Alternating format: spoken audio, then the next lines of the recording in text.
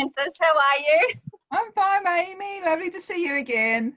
Lovely to see you too. Thank you for joining me tonight. So what I want to do is just interview you, just do a little bit of an interview, and we're going to post this video over onto the Mystical Realms Australia page, just so we can find out, what you'll be bringing up to your energy that you'll be bringing up to the Conscious Connection to Self Women's Retreat on November 13th to the 15th. Yeah. So what I want you to do, if you don't mind, if you can just tell me a little bit about yourself, Frances. Okay. I don't know how long you've got, but I suppose if I sort of condense it down to the area in relation to the event, I probably would classify myself as sort of traditionally trained witch with a passion for mythology, metaphysics, and basically books, as you can see behind me. My sort of early steps into the craft, into basically the occult in general, was late 1980s, early 90s. My first introduction was in sort of a primarily circle that led on to Alexandrian witchcraft. So I'm initiated into sort of the hereditary traditions of, people call it Wicca. I call it contemporary witchcraft these days.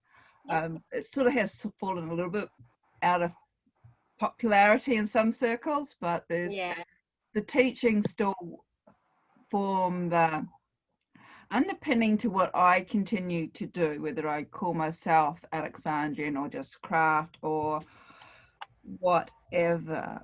But I also have an interest in the Kabbalah, which is a sort of Hebrewic mystical system that was adopted by the Hermetic Order of the Golden Dawn, which is a ceremonial tradition.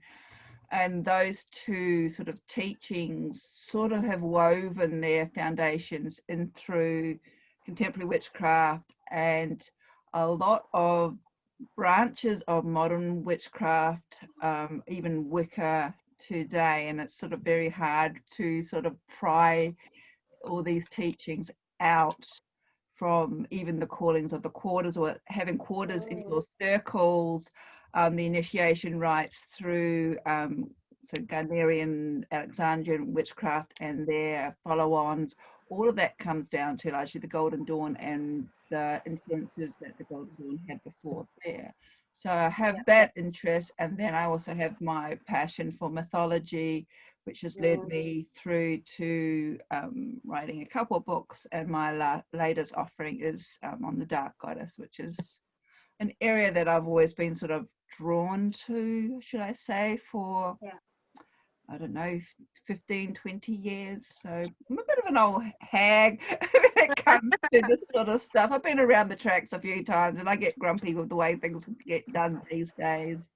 Because I feel a lot of it is almost shortcuts, and people are rushing to achieve things without realizing that the foundational practices they're missing out on or they're glossing over are things that will set them up for life.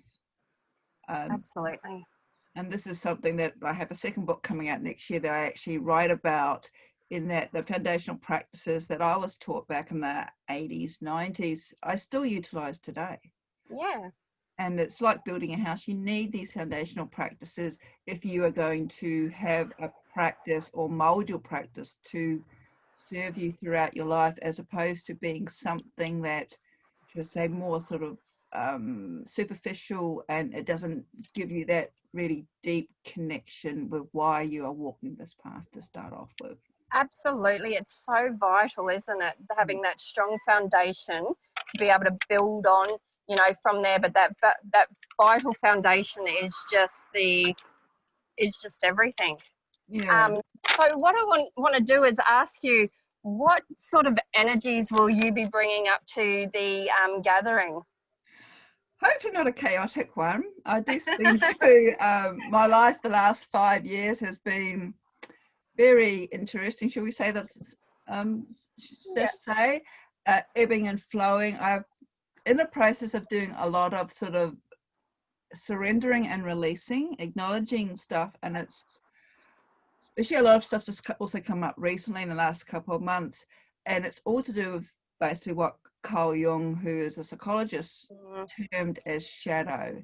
And I know the concept of the shadow is becoming more and more popular these days, and even from, I suppose, people who basically have got their act together or seem to have their act together, say like someone like myself who seemed strong and powerful, when the shadow starts surfacing, and we all have the shadow, that can actually make, well, underpin us and or even unsettle us, and we're all human, and it's actually how we deal with that, which is the sort of the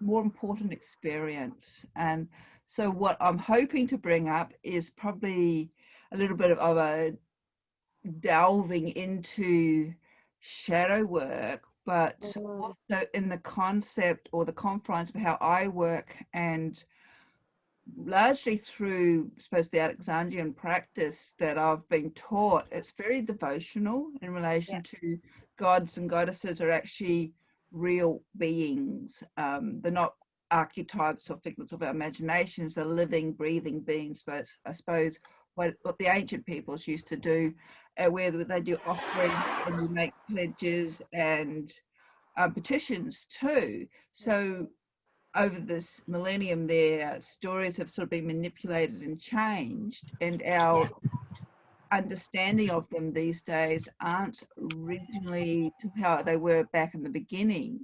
So introducing, depending on the time frame, one or two or three or four of these completely different guides. I don't like the word energies, because to me it says that they're real, but if someone works just like on an energy format, that's fine.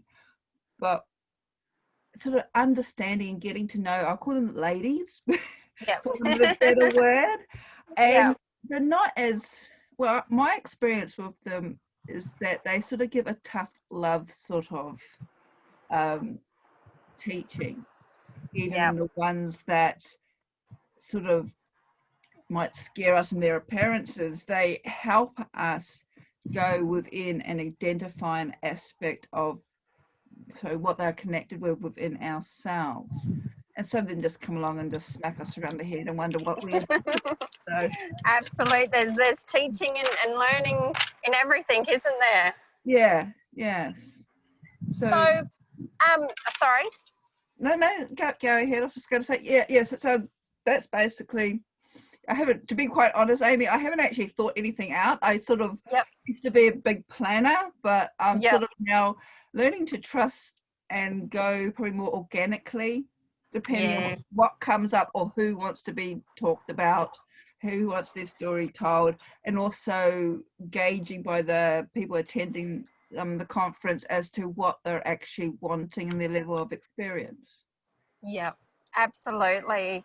I love that. And I'm so excited. So, Frances, just tell me, how do you, what is one of the best ways that you deal with your shadow self? Do you work with a certain deity, in particular one deity that really, that you just love, embracing and working with? It's really hard to pick a favorite, isn't it? Yeah, I find from my personal experience that, and also due to my own workings with them, even if it's a similar problem or issue, they all have different ways of dealing with a situation. Yeah. In particular, I suppose it's the techniques associated with them. Yeah. I do have a few who have sort of say adopted me or have utilized my physical incarnation as a way of getting their voice out. But there are two. Kali in particular is probably one that I have a deep affinity with. I'm not Hindu in any way, but I do like the connection with her. and getting through the different sort of interpretations of her, because she has so many different interpretations.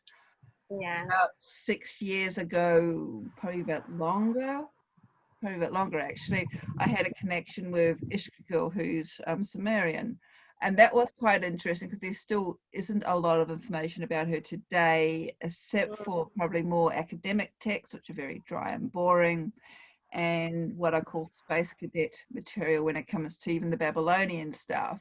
Yeah.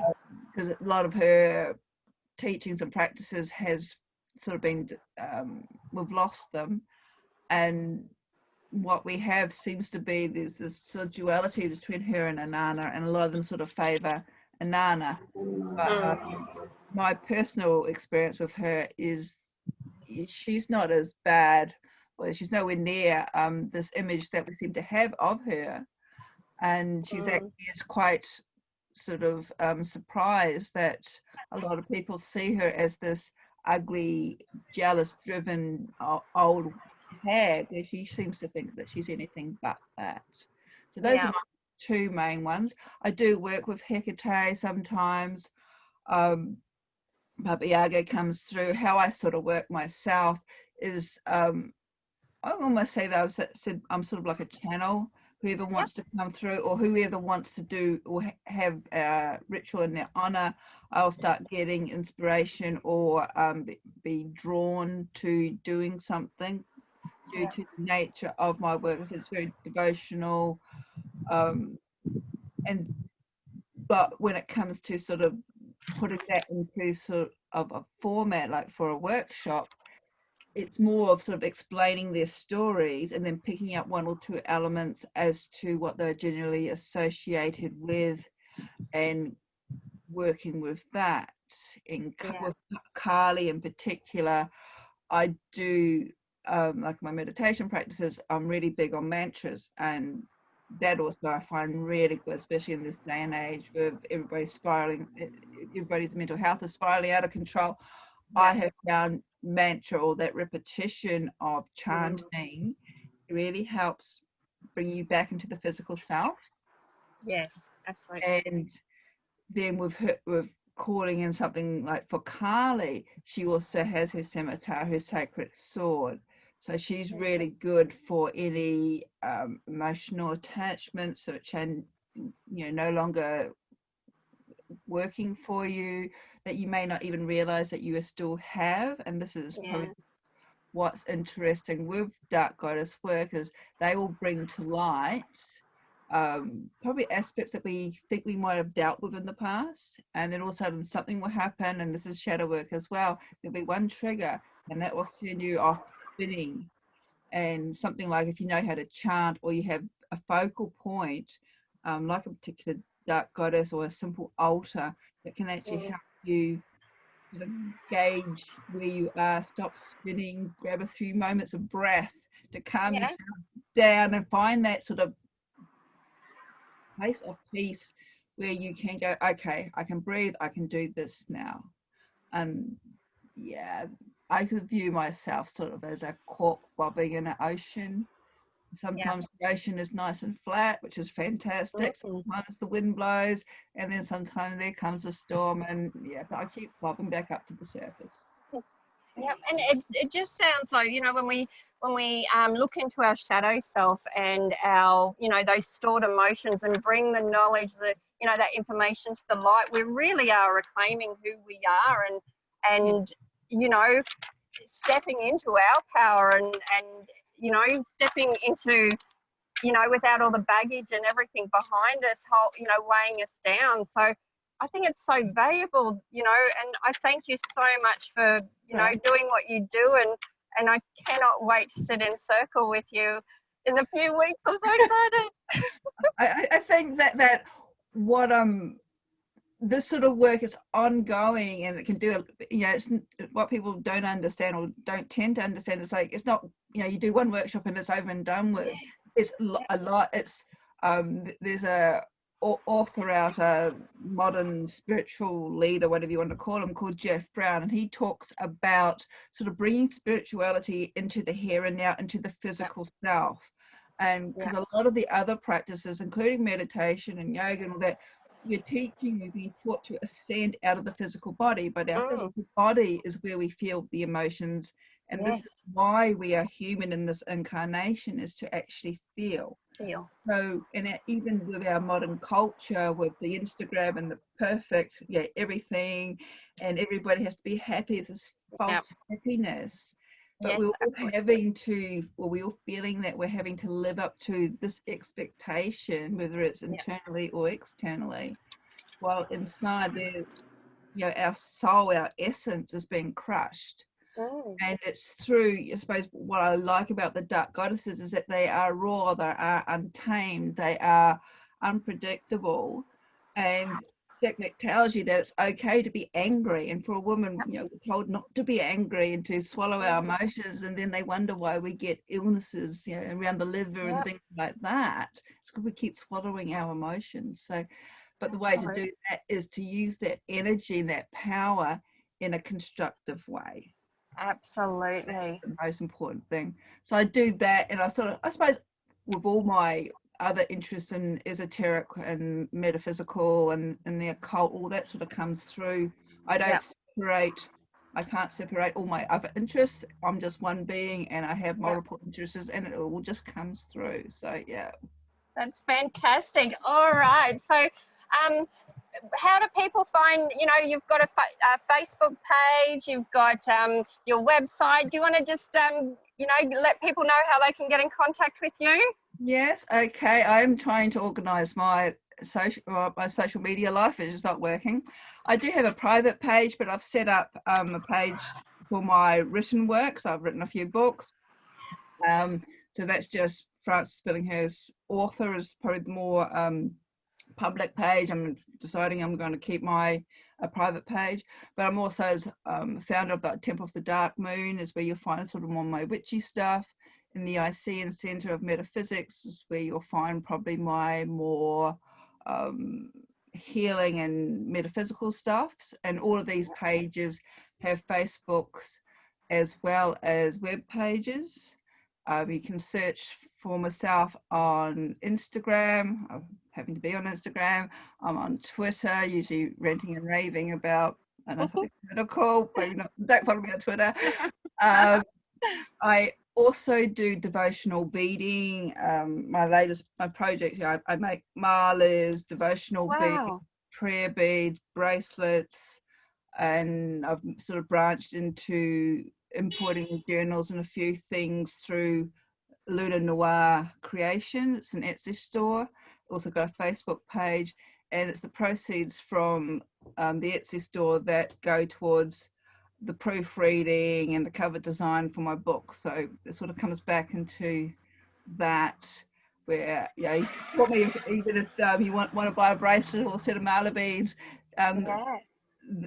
You're actually helping me to produce more books, and being a Southern Hemispheric author, I do try to write from a Southern Hemisphere perspective, and Yeah. unfortunately the big printing presses aren't really interested in us.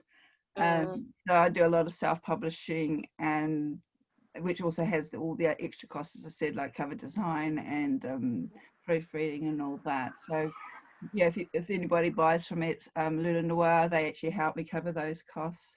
And at the moment, because I've signed up to do a trek next year in September up the Flinders Ranges. This is a bit of a yep. plug from Hairbrain Screen that I decided. This is for the Breast Cancer Network of Australia.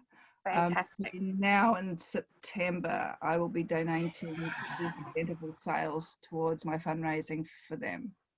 So Oh, that is absolutely yeah. beautiful. Yes, so I like to sort of help out with charities that I really support, and so BCNF is one of them. And yeah, so you buy like a little $10, $20 bracelet, 15% of that goes towards my fundraising campaign for them. That's fantastic. Thank you so much, Frances, and thank you for joining me tonight. And if you can send me all those links, I'll pop them up on the page and I'll share them away. I think that's just absolutely wonderful. So thank you again for joining me, and we will see you in a couple of weeks. I'm looking forward to it. Mwah. Lovely to Thank see you. you. Lovely Okay, to see you too. take care. Bye. You too. Bye. Bye.